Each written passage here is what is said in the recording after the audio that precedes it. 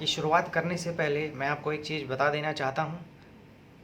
आप कंफ्यूज हो रहे होंगे कि चोल साम्राज्य, चोल एम्पायर हमने क्लास 9 हमने 6th में भी पढ़ा था, एंशिएंट हिस्ट्री में, प्राचीन भारत में। तो वो चोल राज्य, वो चोल डायनेस्टी अलग थी और ये वाली चोला डायनेस्टी अलग है। क्योंकि इन चोला डायनेस्टी के बारे में जो हमें पता चलता है तो वो हमें संगम लिटरेचर से पता चलता है। संगम एज जब हम पढ़ रहे थे अपनी एंशिएंट हिस्ट्री में, क्लास 6 में संगम एज के बारे में पढ़ा था, जिनके टाइम पर चेर, चोल एंड पांड्या का साम्राज्य हमें देखने के लिए मिला था, रूल हमें देखने के लिए मिला था। और साथ में ही हमने कुषाण डायनेस्टी और सातवाहन डायनेस्टी भी पढ़ाई की थी। उनसे हटकर, क्योंकि वो डायनेस्टी तो हमारी 2nd से 3rd सेंचुरी में एग्जिस्ट करती थी, ये जो डायनेस्टी है हमारे चोल साम्राज्य, ये जो चोल एम्पायर है, ये 9th से 12th सेंचुरी में एग्जिस्ट करता है। तो प्यारे बच्चों, बस यही फ़र्क है, समय समय का फ़र्क है, टाइम का फ़र्क है। क्योंकि पहली जो हमने चोल डायनेस्टी जो हमने पढ़ी थी वो 2nd to 3rd सेंचुरी में देखने को मिलती है, जो कि हम प्राचीन भारत, एंशिएंट हिस्ट्री में पढ़ते हैं। ये प्री मेडिवल हिस्ट्री का पार्ट है, ये मध्यकालीन भारत का पार्ट है। तो ये चोल एम्पायर हम 9th से 12th सेंचुरी में पढ़ेंगे। तो आइए ज़रा देखते हैं इसकी शुरुआत क्या थी। इसकी इनिशियल हिस्ट्री जो हमें देखने के लिए मिलती है, जो मैं पहले बता ही चुका हूँ, ये हमें 3rd सेंचुरी के संगम लिटरेचर से देखने के लिए मिलती है। यानी कि संगम साहित्य, जिस और इससे हमें पता चलना चाहिए संगम लिटरेचर हमें किसने बनाया है, ये तमिल पोइट्स के द्वारा बनाया गया है। यानी कि ये जो भाषा जिसमें यूज़ की गई है, इसमें तमिल भाषा यूज़ करी गई है। बेशक हमें तमिल का टी भी ना आता हो, बट इतना हमें पता होना चाहिए कि संगम लिटरेचर का जब नाम आ जाता है तो बस हमें तमिल भाषा याद आनी चाहिए। और ये पोइट्स आपस में इकट्ठा हुआ करते थे, कलेक्ट हुआ करते थे और एक स्थान पर बैठ के संगम लिटरेचर का इन्होंने निर्माण किया। इसके फाउंडर की जब हम बात करते हैं, चोला एम्पायर, अब नया जो चोल एम्पायर जो हम पढ़ने जा रहे हैं, मध्यकालीन भारत का, मेडिवल हिस्ट्री का, मेडिवल इंडिया का, इसमें क्या है, ये नया इसलिए है क्योंकि इसका टाइम भी अलग है। क्योंकि हम पहले बता चुके हैं कि एंशिएंट हिस्ट्री का टाइम अलग है और मेडिवल हिस्ट्री का टाइम अलग है। तो मेडिवल हिस्ट्री में हम पढ़ रहे हैं क्योंकि हम मेडिवल हिस्ट्री जो है वो 6th सेंचुरी से पढ़ते हैं, 7th सेंचुरी से पढ़ते हैं। तो आइए ज़रा ध्यान देते हैं। ये जब बात की जाती है तो इसमें 9th सेंचुरी की बात है, 9th से 12th सेंचुरी में एग्जिस्ट करता है और इसका इनिशियल हिस्ट्री हमें देखने को मिलती है 3rd सेंचुरी से। तो प्यारे बच्चों, 3rd सेंचुरी से हमें इनिशियल हिस्ट्री देखने के लिए मिलती है। दूसरा, इसके संस्थापक की बात करें, इसके फाउंडर की, जिसने चोल एम्पायर स्टार्ट किया था वो थे विजयालया। विजयालया ने इस डायनेस्टी की शुरुआत करी थी 850 से लेकर 887 तक। इन्होंने काफ़ी डेवलपमेंट्स किए, क्योंकि सवाल ये भी आता है और इम्पॉर्टेंट बात ये भी है कि विजयालया को टाइम लगा नए वंश को स्टार्ट करने में। क्योंकि देखो, कोई भी जब वंश की स्टार्टिंग करता है, वंश का संस्थापक होता है, उसकी शुरुआत करता है, उसकी स्थापना करता है, तो उसको टाइम लगता है कि हमें नए वंश की स्टार्टिंग करनी है, शुरू करना है, तो उसको बिल्डअप करने के लिए टाइम लगता है, उसको बनाने के लिए और समाज में उसको प्रख्यात करने के लिए, उसको फेमस करने के लिए थोड़ा बहुत टाइम लगता ही है किसी भी वंश को। तो बस, क्योंकि जैसे हमारे सपोज़ करो कि कोई भी नेचुरल कैलेमिटी आ जाती है, भूकंप आ जाता है या फ्लड आ जाता है, तो उसको दोबारा सेटअप करने में टाइम लगता है। तो बिल्कुल यही बात इन फाउंडर्स पर भी जाती है कि कोई भी लड़ाई जब वो पिछले लड़कर आए हैं, किसी भी वंश को वो खात्मा करके आए हैं, तब उन्हें नया वंश स्टार्ट करना है तो उनको दोबारा सेटअप करने में, रिवाइव करने में टाइम लगेगा। तो बस यही फाउंडर जो थे विजयालया हैं, 850 से लेकर 887 में तक इनको टाइम लगा चोला एम्पायर को दोबारा खड़ा करने में, नया खड़ा करने में। समाज ने इनको एक नए टाइटल से नाम दिया, जिसका नाम है नरकेसरी। नरकेसरी से समाज ने इनको नए टाइटल से नवाजा and he took the title name Narakesari. And Vijayalaya is also known as with the title of Narkesari. He used to be a minister in his state. इनको अपने टाइम पर मिनिस्टर के फॉर्म में भी इनको जाना जाता है अपने एरिया के।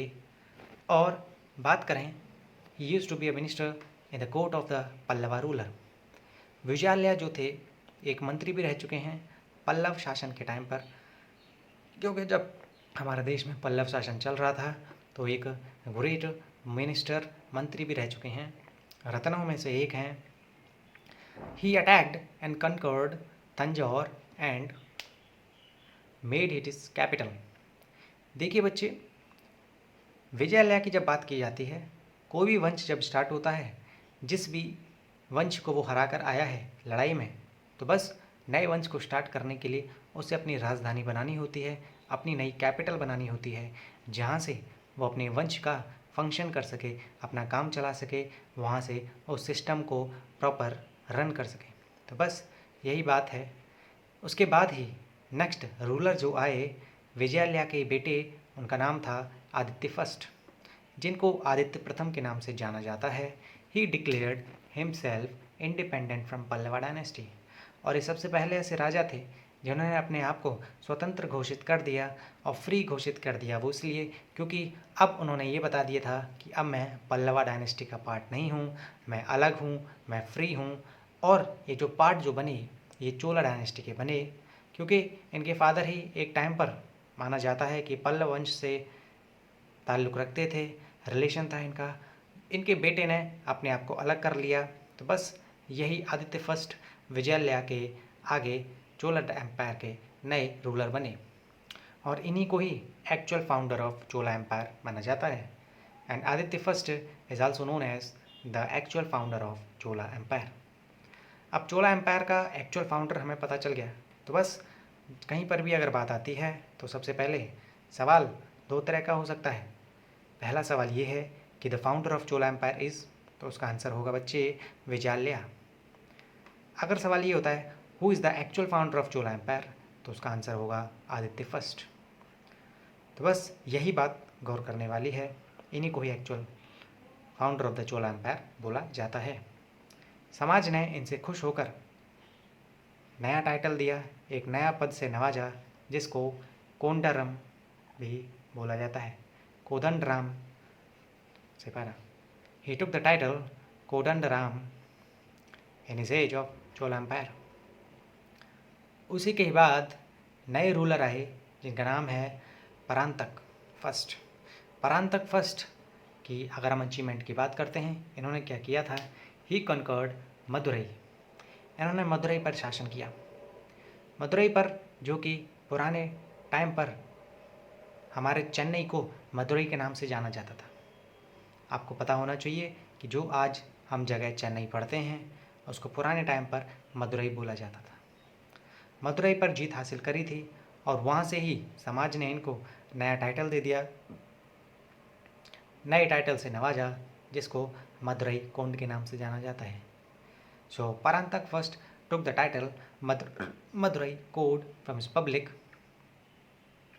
तो बस यहाँ से एक नए नए टाइटल्स, नए नए रूलर्स देखने को मिले हैं। सबसे पहले हमने विजयालया की बात देखी।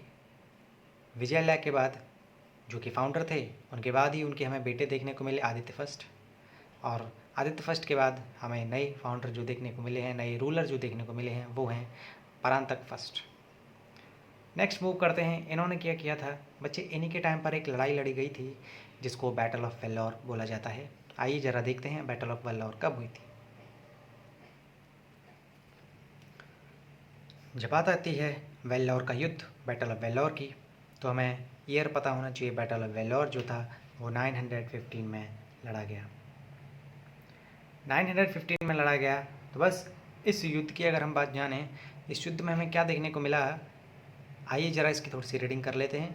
इसी युद्ध में इसने श्रीलंका और चील शासकों की सम्मिलित सेना को पराजित किया।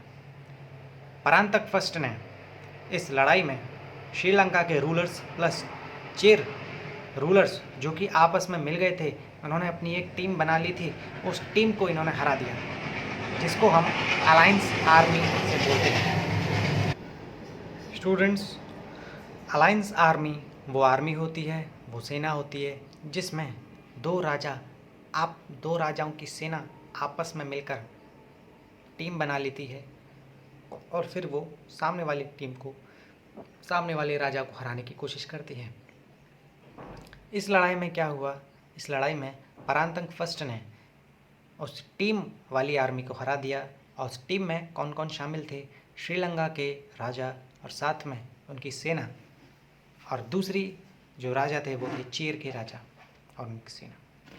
1949 की बात जब आती है, अब उनको हरा दिया 1949 में, और यहीं से ही एक और लड़ाई हमें देखने के लिए मिली। वो ये लड़ाई थी कि उस लड़ाई में उसका रिजल्ट हमें क्या देखने को मिला, उसका परिणाम क्या था कि नॉर्थ वाला जो पार्ट था राष्ट्रकूट डायनेस्टी, चोला एम्पायर का नॉर्थ वाला पार्ट जो था वो राष्ट्रकूट वंश वाले एरिया में शामिल कर लिया गया, जहाँ तक राष्ट्रकूट डायनेस्टी का एरिया आता है। यानी कि वो साउथ वाला पार्ट उसका ज़्यादा बढ़ गया और नॉर्थ वाला हिस्सा जो चोला एम्पायर का था वो उसमें मर्ज हो गया। आप सब देख सकते हैं 1949 में बैटल ऑफ तकोलम हुआ। बैटल ऑफ तकोलम देखने को हमें मिलता है। इस बैटल में क्या हुआ? इस बैटल में लड़ाई हुई जिसमें चोला एम्पायर की हार हुई, राष्ट्रकूट डायनेस्टी की जीत हुई, और इसी जीत की वजह से चोला एम्पायर का नॉर्थ वाला जो हिस्सा था, उत्तरी हिस्सा जो था, वो राष्ट्रकूट वंश के साउथ वाले हिस्से में जुड़ गया, मर्ज हो गया। आपको याद होगा बच्चे कि चोला एम्पायर के टाइम पर ही बिल्ड शिव टेम्पल, भगवान शिव का मंदिर बनाया गया, और तंजौर के बृहदीश्वर मंदिर का भी निर्माण कराया गया। तंजौर, जिसको थंजावर भी बोला जाता था, ये चोला एम्पायर की कैपिटल हुआ करती थी पहले, जिसको राजधानी बनाया चोला के रूलर्स ने, और वहाँ पर एक नए टेम्पल का कंस्ट्रक्शन कराया जिसका नाम था बृहदीश्वर मंदिर के नाम से उस टेम्पल को जाना जाता है। इसी ने ही अपने शासनकाल में एक दूत मंडल को चाइना भेजा था। दूत मंडल कहने का मतलब है अ काउंसिल ऑफ एम्बेसडर्स, यानी कि अगर मैं नॉर्मल बात में समझाऊं, आज के टाइम पर जैसे कुछ लोग हमारे एम्बेसी बनकर जाते हैं दूसरे देशों में, फॉरेन एम्बेसी, अमेरिका का एम्बेसी ऑफिस इंडिया में होगा और इंडिया का एम्बेसडर ऑफिस जो है वो अमेरिका में होगा। तो वहाँ से जो फंक्शन करते हैं, और हर देश का एम्बेसी ऑफिस होता है, बस वही आपस में इंटरनेशनल रिलेशंस बनाने में मदद करते हैं, संबंध बनाने में मदद करते हैं। ऐसे ही अगर मैं दूत मंडल की बात करूं, पुराने राजाओं के जाहिर सी बात है अलग अलग एरिया हुआ करते थे, तो जब नए राजा से दोस्ती करनी है तो ये दूत मंडल जाता था। इसमें लोग हुआ करते थे, दूत हुआ करते थे। ये ग्रुप लोगों का उस नए राजा के ग्रुप से दोस्ती करने में मदद करता था। अब इस परांतक फर्स्ट के बाद ही नए रूलर आए, नए राजा आए, जिनका नाम था राजेंद्र फर्स्ट। राजेंद्र फर्स्ट को ऐसा माना जाता है कि इन्होंने अपना जो शासन संभाला, राजगद्दी जो संभाली, वो 1014 से लेकर 1044 तक इन्होंने अपना शासन किया, अपने एरिया को चोल साम्राज्य को संभाला। गौर करने वाली बात यह है, 5वें साल में हमें ये देखने को मिलता है कि उन्होंने श्रीलंका पर अटैक कर दिया। In the 5th year of his ruling period he attacked Sri Lanka. 5वें ईयर का मतलब है कि इन्होंने, जब हमारा इस ईयर में 1014 में 5 साल ऐड कर देते हैं, 1019 हमारा बनता है, तो इस ईयर में श्रीलंका पर उन्होंने अटैक कर दिया, आक्रमण कर दिया। ही arrested the ruler Mahind fifth, Mahind पंचम के इन्होंने अरेस्ट किया। महिंद फिफ्थ, जिसको 12 साल बाद उसकी मृत्यु हो गई, क्योंकि इसको अरेस्ट कर लिया था, जेल में डाल दिया गया था, और कारागार में जब सज़ा इसने पाई, जेल में सज़ा पाई, उसी के ठीक 12 साल बाद इसकी मृत्यु हो गई, उसकी डेथ हो गई। अब राजेंद्र फर्स्ट ने क्या किया, जो पहले तंजौर कैपिटल बनी हुई थी उसको नई कैपिटल बना दिया, और वो नई कैपिटल में शिफ्ट किया, जिस कैपिटल का नाम था गंगईकोंडा मंडलम, जो कि नई सिटी बनाई गई इसी दौरान ही 1014 से लेकर 1044 के बीच में। क्योंकि ये राजेंद्र फर्स्ट जो थे, राजेंद्र प्रथम जो थे, वो राज कर रहे थे इस टाइम पीरियड के दौरान। और इन्होंने नई सिटी बनाई, तंजौर से नई कैपिटल शिफ्ट करी जिसका नाम था गंगई कोंड मंडलम। आइए जरा जानते हैं आगे इसके बारे में।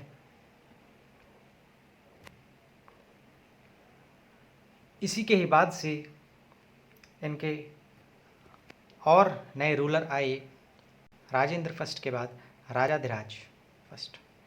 क्योंकि राजेंद्र फर्स्ट ने, राजेंद्र प्रथम ने ईयर 1014 सन 1014 से लेकर 1044 तक राज किया था, 1044 तक। तो उनके बाद ही नेक्स्ट जिन्होंने शासन को संभाला, चोला एम्पायर को संभाला, वो थे राजाधिराज। क्योंकि उन्होंने 1044 तक संभाला था, तो बस वहीं से ही ये नया ईयर यहाँ पर आकर कंटिन्यू होता है। 1044 से लेकर 1052 करीब 8 साल तक राजाधिराज ने चोला एम्पायर को संभाला। In the battle of Kollam he was defeated and killed by Chalukya ruler Someshwar. एक लड़ाई हुई जिसको हम जानते हैं battle of Kollam. Battle of Kollam में क्या हुआ कि राजाधिराज की मृत्यु हो गई और सोमेश्वर जो कि चालुक्य रूलर था, बदला ले रहा था, उसको हरा दिया। अब सवाल ये भी है कि जितने भी हमारे राजे गए हैं, इन्होंने आपस के आसपास वाले एरिया के राजाओं से दुश्मनी पार ली। क्योंकि ये राजा जो चोला एम्पायर जो स्टार्ट हुआ था, वो चालुक्य डायनेस्टी को हरा कर आया था, चालुक्य एम्पायर को ख़त्म करके आया था। बट चालुक्य एम्पायर का राजा शांत तो बैठने वाला नहीं था, तो उसने राजाधिराज फर्स्ट को हरा दिया। वो अच्छे समय का इंतज़ार करते हैं तो बस, और उन्होंने चोला साम्राज्य के इस रूलर राजाधिराज को हरा दिया, जिसमें इसकी मृत्यु हुई। समाज ने इनको एक नई टाइटल से नवाजा जिसको वीर राजेंद्र के नाम से जाना जाता है। एंड राजाधिराज टुक द टाइटल वीर राजेंद्र।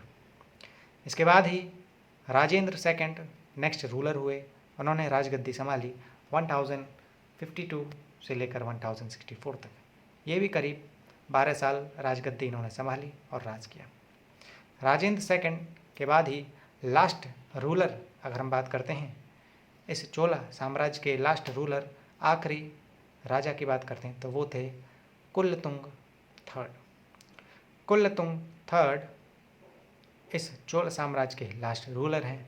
और स्टूडेंट्स, इसी के साथ ही हमने अपना साउथ डायनेस्टी भी ख़त्म कर ली, और यहीं से ही हमारे नॉर्थ डायनेस्टी, साउथ डायनेस्टी में जो हमने पढ़ी हैं चैप्टर की एक्सप्लेनेशन ख़त्म होती है। न्यू किंग्स एंड किंगडम्स ख़त्म होते हैं। आगे आने वाली कुछ छोटे छोटे टॉपिक्स हैं, वो आपको आंसर्स में पता चल जाएंगे, जैसे कि मैं बता दूंगा। क्योंकि राष्ट्रकूटा जब जीतते थे, किसी को हरा कर आते थे लड़ाई में, तो वो हिरण्य गर्भ करवाते थे, यज्ञ करवाते थे, ये आपको पता होना चाहिए। और एक आध दो एक्स्ट्रा क्वेश्चंस में भी इसका नया टॉपिक छोटा मोटा निकल कर आ सकता है, वो हम एक्स्ट्रा वर्क में समझ लेंगे। तो इसी के साथ ही हमारा न्यू किंग्स एंड किंगडम्स का एक्सप्लेनेशन ख़त्म होता है। नेक्स्ट जो हमारी वीडियो आएगी वो हमारी एक्स्ट्रा वर्क आएगी हिस्ट्री का सेकेंड चैप्टर का। ओके, यहाँ पर आपकी क्लास ख़त्म होती है। Okay, thank you class, stay home, stay safe.